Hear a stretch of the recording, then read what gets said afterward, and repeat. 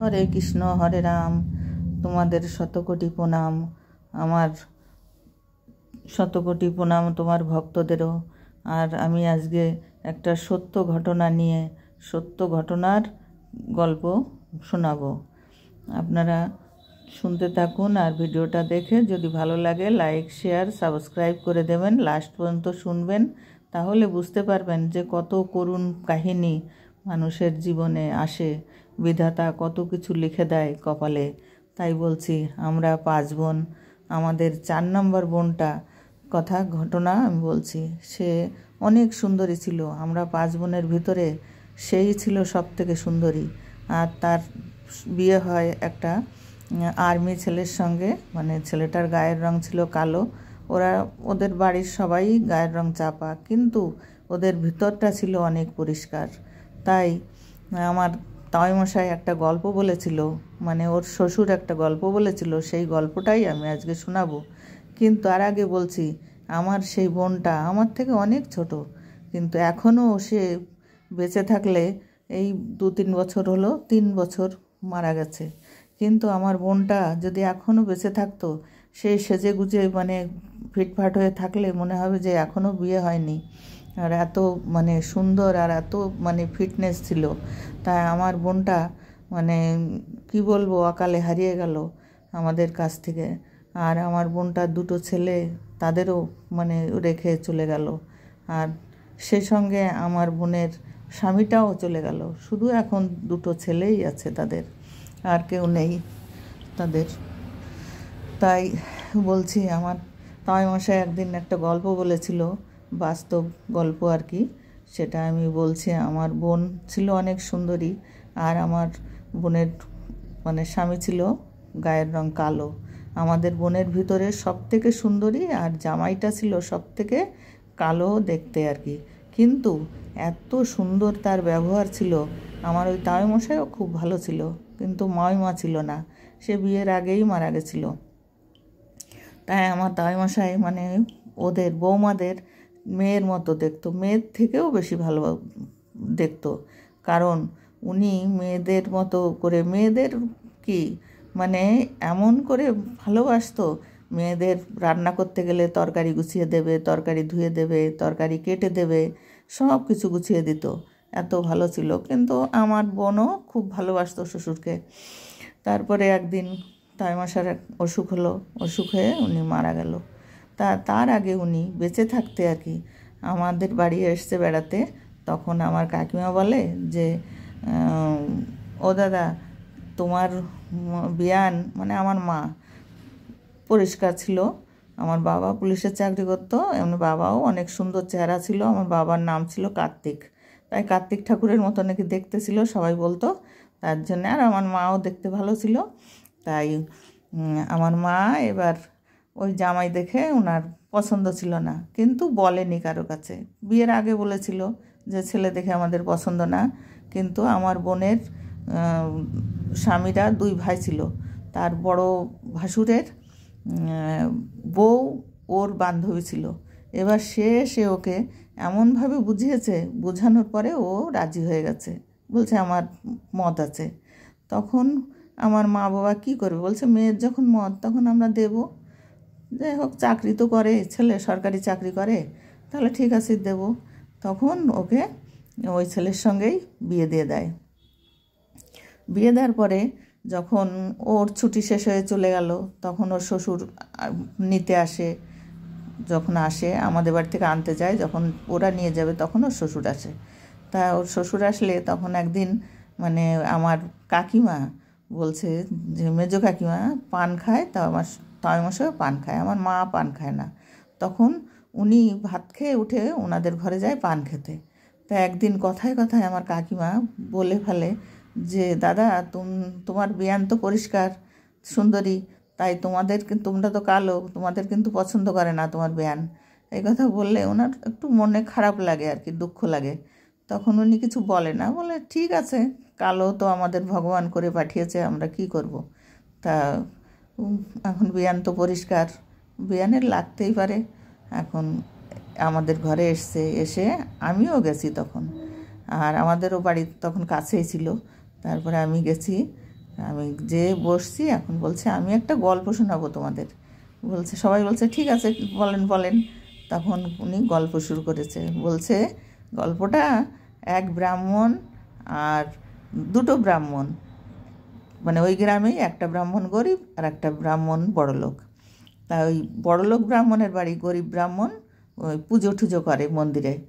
তখন পুজো করে, এখন ওই ব্রাহ্মণ একদিন বলছে, বড়লোক ব্রাহ্মণ বলছে, ওনারা স্বামী স্ত্রী গল্প করছে ঠাকুরের ঘরের বারান্দায় বসে, মন্দিরের বারান্দায়, যে ঘুরতে যাবে আর কি, ভ্রমণে বের করতে যাবে। তখন ওই ব্রাহ্মণকে বলছে, গরিব ব্রাহ্মণকে, যে তুমি কি যাবে আমাদের সঙ্গে ঘুরতে? বলছে যে আমি কি করে যাব, তোমরা তো পয়সাওয়ালা লোক, তোমাদের পয়সা আছে, তোমরা ঘুরতে পারবে, আমি তো গরিব মানুষ, কি করে ঘুরবো? বলছে তাহলে চলো, এই কাছে কাছে দু একটা মানে তীর্থ ঘুরে আসবে, তারপরে চলে আসবে। বলছে ঠিক আছে যাব। বাড়ি যে গিন্নির কাছে বলে যে দেখো, আমি ওনারা তো যাচ্ছে ঘুরতে, ওনারা স্বামী স্ত্রী, তাহলে আমি ওনাদের সঙ্গে যেতে চাই, অল্প দেখে আমি চলে আসবো। বলছে ঠিক আছে যাও। তখন বলছে যে আমি 3 দিন 4 দিনের দিন চলে আসবো। তাই 3-4 দিনের খাবার দিয়ে গেছে ও মা মেয়েকে। ওনার একটা মেয়ে আছে, আর এই ব্রাহ্মণ বড়লোক ব্রাহ্মণের একটা ছেলে আছে। এখন ওনারা ঘুরতে গেছে, ঘুরতে গেলে তখন তীর্থ করতে করতে 2-3টে তীর্থস্থান হয়ে গেছে ঘোরা। তখন বলছে যে তাহলে তোমরা যাও, আমি বাড়ি চলে যাই, কারণ আমার কাছে তো আর পয়সা নেই, আমি আর ওদেরও খাবার দিয়ে আসিনি। তখন বলছে যে আমার তো যেতে মন চাইছে, কিন্তু আমি যাব কী করে? তখন ওই বড়লোক ব্রাহ্মণ বলছে ঠিক আছে তাহলে তুমি আমাদের সঙ্গে চলো, আমরা নিয়ে যাব। বলছে নিয়ে গেলে তো খুব ভালো হয়, যাব, তাহলে আমারও তো মন চাইছে, কিন্তু বলছে তাহলে একটা কথা দিতে হবে। বলছে কী কথা? বলছে তোমার মেয়ে আর আমার ছেলের সঙ্গে বিয়ে দিতে হবে, তোমার মেয়েকে। বলছে যে ঠিক আছে দেব। উনি ভাবছে মনে মনে, বড়লোক বাবার ছেলে আর আমার মেয়ে, আমি তো গরিব, তাহলে দেবো না কেন, দেব। এখন এই কথা দিয়ে বলছে তাহলে অঙ্গীকার করো ওইখানে মন্দিরে বসে, যে হ্যাঁ তুমি মেয়ে বিয়ে আমার ছেলের সঙ্গে দেবেই। বলছে হ্যাঁ ঠিক আছে, আমি অঙ্গীকার করলাম। তখন ওই অঙ্গীকার করে তখন ওরা ঘুরতে বেরোলো, আবার অন্য তীর্থে চললো। তখন ওনরা অনেক 1 মাস হয়ে গেছে, 1 মাস ঘুরবে, তা 1 মাস হয়ে গেছে। তখন এবার বলছে যে তাহলে এবার বাড়ি চলো যাই। এবার এর ভিতরে সেই 3 দিন পরে ব্রাহ্মণী, ওই গরিব ব্রাহ্মণী বলছে মারে আমরা কি খাবো, তোর বাবা 3 দিনের খাবার দিয়ে গেছে, তা আমরা তো আর খাবার নেই, এখন আমরা কি করব, আমরা কি না খেয়ে মরবো? তখন বলছে তাই তো মা কী করবা? এখন ওনাদের আবার নিয়ম আছে, ব্রাহ্মণরা নিচু জাতির কাছে ভিক্ষা এই সাহায্য চাইতে পারে না। তখন বলছে যে তাহলে কী করি? ওর মার মনে পড়েছে যে পাশের গ্রামে একটা ব্রাহ্মণ আছে, সেই ব্রাহ্মণের বাড়িতে আমি যাব। তখন মানে ওই ব্রাহ্মণের বাড়ি যেয়ে বলে ব্রাহ্মণীকে, দিদি আমাদের বাড়ির লোক তো এরকম তীর্থ করতে গেছে, আমাদের যে পুজো করতো বড়লোক ব্রাহ্মণ ওই দাদার বাড়িতে, তখন উনি ওইখান থেকে হয়তো গেছে ওনাদের সঙ্গেই, কিন্তু আমাদের তো 3 দিন 4 দিনের খাবার দিয়ে গেছিলো, এখন আমরা কি করি? তখন তাই আপনাদের বাড়ি আসলাম, আমাদের কিছু সাহায্য করুন। তখন বলছে ঠিক আছে সাহায্য করব, কিন্তু একটা কথা দাও, যে তোমার মেয়ে আমার ছেলের সঙ্গে বিয়ে দেবে, তারও একটা ছেলে আছে ওই ব্রাহ্মণেরও। কিন্তু বলছে যে ঠিক আছে দেব, আমরা তো বেঁচে তো থাকি, না হলে মরে গেলে আর কি হবে? তখন বলছে যে ঠিক আছে। তখন এই কথা দিয়ে বলছে যে যতদিন না আসে আমাদের বাড়ি থেকে তুমি খাবার নিয়ে খাও তোমরা মা মেয়ে। তখন তাই করলো। তা করতে করতে এখন ব্রাহ্মণ 1 মাস হয়ে গেছে এসছে। আসার পরে তখন আর কি বলছে যে এই ব্যাপার, তুমি আমাদের রেখে গেছো, কিন্তু কোনো মানে এই কদিনে খাবার দিয়ে গেছো, আমরা কি করি? তখন আমি কিন্তু মেয়ের বিয়ে ঠিক করেছি। বলছে কি, তুমি মেয়ের বিয়ে ঠিক করেছো? বলছে হ্যাঁ। বলছে আমিও তো ঠিক করেছি। বলে কি না হবে না, এই নিয়ে তর্কাতর্কি। তখন বিধাতা পুরুষ আর প্রজাপতি বলে যে হে প্রজাপতি, তোমার সেই তো বিয়ে নির্বন্ধ, কিন্তু তুমি বলো যে ওই মেয়ের কোন ছেলের সঙ্গে বিয়ে হবে? বলছে ওই 2 ছেলের কোনো ছেলের সঙ্গেই বিয়ে হবে না। বলছে কেন? বলছে হ্যাঁ ওই পাশের গ্রামে একটা ছেলে আছে এই নামে, তার সঙ্গে বিয়ে হবে। তখন বিধাতা পুরুষ বলছে তাই কি হয়? হয় মা ঠিক করেছে ওই ছেলের সঙ্গে হবে, না হয় বাবা ঠিক করেছে সেই ছেলের সঙ্গে হবে। না, এবার বাবা কি করেছে? বলছে আমি যে ঠিক করেছি ওই ছেলের সঙ্গেই হবে, বাবার জোর বেশি, তাই আর কি কথা। এবার সেই ঠিকঠাক করেছে বাবা, এখন আজকে বিয়ে। তখন প্রজাপতি বলছে আজকেই বিয়ে হবে ওই মেয়ের, কিন্তু এই দুই ছেলের কোনো ছেলের সঙ্গে না, ওই ছেলের সঙ্গে। তখন বিধাতা পুরুষ কী করবে, ওই ছেলেকে নিয়ে এক পাহাড়ের উপর রেখে আসবে। রেখে আসলে পরে বলছে ও রাত্রে সারা রাত্রেও হেঁটেও আসতে পারবে না, সেইখানে রেখে আসছে যে রাত পার হয়ে গেলে দেখি প্রজাপতি তোমার কথা কেমন ঠিক থাকে। তখন এবার ও বিধাতা পুরুষ রেখে এসে এখন ভাবছে যে তাই তো, ওকে তো রেখে আসলাম, কিন্তু ও খাবে কি, তাহলে ওকে তো খাবার দিতে হবে। এবার ওই বাড়ির চারিপাশে বলছে আজকে বিয়ে বাড়ি তো কিছু না কিছু কোথাও পাবো।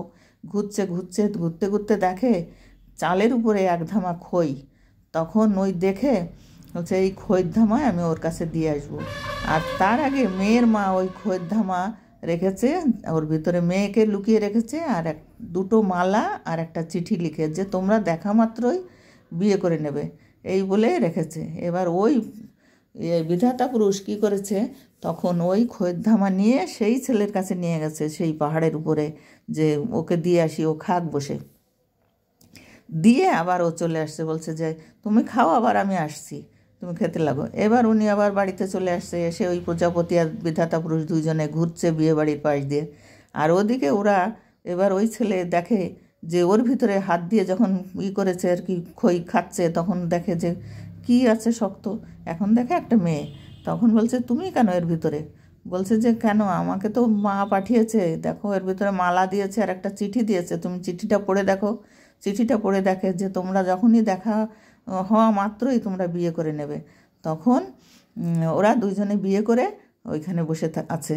এবার ভোরবেলা যখন বিধাতা পুরুষ গেছে যে ভোর তো হয়েই গেল, এবার আমি যাই ওকে নিয়ে আসি। যে দেখে যে দুইজনই ওইখানে। বলছে কী ব্যাপার, তুমি কোথা থেকে আসলে? বলল যে আমাকে তো খইয়ের ধামার ভিতরে মা রেখেছিল, তা কে রেখে গেছে এখানে।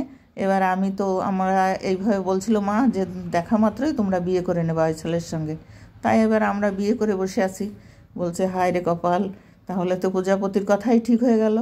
তখন এসে বলছে প্রজাপতি তুমি তোমার কথাই ঠিক, তুমি জিতে গেলে।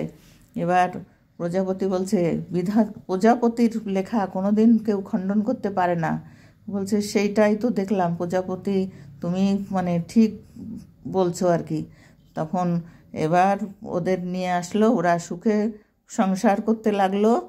আর মা বাবা তাদের কোনো কথা থাকলো না, মার কথাও থাকলো না, বাবার কথাও থাকলো না। সেই দুই ছেলের সঙ্গে ওর বিয়ে হলো না, কারণ ওদের সঙ্গে লেখা নাই তো। তাই এবার বলছি যে আমার সেই বোনটার কথা, বোনটার তো সেই ভাগ্যে তো ছিল, যা হোক ভালোই ছিল, হয়তো কালো ছিল কিন্তু ভালোই ছিল, কিন্তু তার ভাগ্যে সেই সুখ অনেক সুখেই ছিল, সেই সুখ আর সহ্য হলো না। এবার বিধাতা তাকে কি করলো, বিধাতা তাকে চিরতরে এই ইহজনম থেকে তারে পরলোকে নিয়ে গেল, আর তার স্বামীকেও নিয়ে গেল। এমনকি তার স্বামীর যে অসুখ হয়েছিল ঠিক সেই অসুখেই আমার বোনটাও মারা গেল, দুজনেরই এক অসুখ। তা অনেক চেষ্টা করা হয়েছিল কিন্তু করেনি। এবার তাদের যে দুটো বাচ্চা ছেলে, সেই ছেলে দুটো অনাথ হয়ে গেল। তাদের দুঃখের সীমা থাকলো না, কারণ তাদের কেউ নেই দেখার। তার যে জ্যাঠা জেঠিমা আছে, জ্যাঠাও মারা গেছে অল্প বয়সে, ইয়ং বয়সে সব মারা গেল। তাই এরকম করুণ কাহিনী বিধাতা তুমি কারোর কপালে দিও না। এই যে দিলে তারা তো চলে গেছে ঠিক আছে, কিন্তু এই যে তার ছেলেদের কে দেখবে, কে কি করবে, তাদের ভবিষ্যৎ কি হবে, এই ভেবে আমরা বলেছিলাম যে আমাদের কাছে থাক, তারা তাও থাকবে না। ওই খালি বাড়িতে কেন ওরা, কি জানি, ভগবান জানে ওদের ভাগ্যেই বা কী লিখেছে বিধাতা। তাই আপনারা আমার ভিডিওটা দেখবেন আর কামনা করবেন কারোর ভাগ্যে যেন এরকম হয় না, আর কেউ যেন এভাবে অকাল মৃত্যু হয় না তাদের। আর ভিডিওটা দেখে ভালো লাগলে লাইক, শেয়ার, সাবস্ক্রাইব করে দেবেন। হরে কৃষ্ণ হরে রাম, হরে কৃষ্ণ হরে রাম, রাম রাম হরে হরে। হে বিধাতা, হে প্রজাপতি, তোমাদের লেখা কেউ খণ্ডাতে পারে না। তাই তোমরা আমার বোন আর বোনের স্বামীর, ওদের কপালে এরকম অকাল মৃত্যু ছিল যে অকালে তারা হারিয়ে গেল, দুটি ফুল অকালে ঝরে গেল। খুব করুণ কাহিনী, সহ্য করার না। তাই কি করব, সহ্য করার না হলেও সহ্য করতে হবে।